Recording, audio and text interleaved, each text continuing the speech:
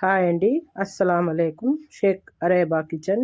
ఈరోజు మన వీడియో మామిడికాయ పప్పు చేసుకుందామండి. ఎలా చేయాలో చూసేద్దాం. నేను పప్పు తీసుకున్నానండి, తీసి కడిగి నానబెట్టుకున్నానండి. కొంచెంసేపు ఒక 10 నిమిషాలు నానబెట్టుకుంటే బాగుంటుందండి. పచ్చిమిర్చి, మామిడికాయ, ఆనియన్, టొమాటో, చింతపండు, పప్పు కడిగి కుక్కర్లోకి వేసుకుందామండి. మామిడికాయ పప్పులు కూడా వేసుకుందాము. ఇలా చిన్న చిన్న ముక్కలు చేసి పెట్టుకోవాలండి. పచ్చిమిర్చి, ఆనియన్, టొమాటో,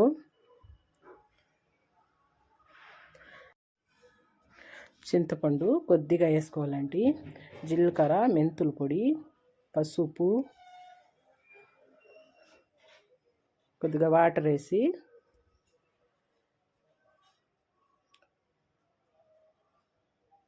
కారం వేసుకుందామండి.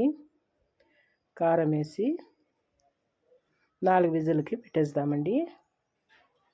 ఒక 4 విజిల్ పెట్టేసినానండి. పప్పు ఉడికిపోయింది, ఇలా మెత్తగా ఉడికిపోయిందండి.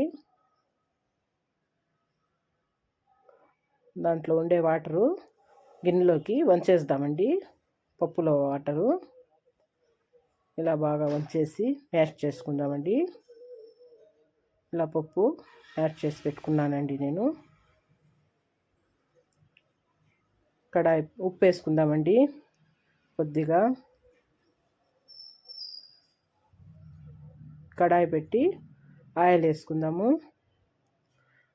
ఆవాలు, జీలకర్ర, ఆనియన్ నూనెలో ఇలా ఫ్రై చేసుకుందామండి.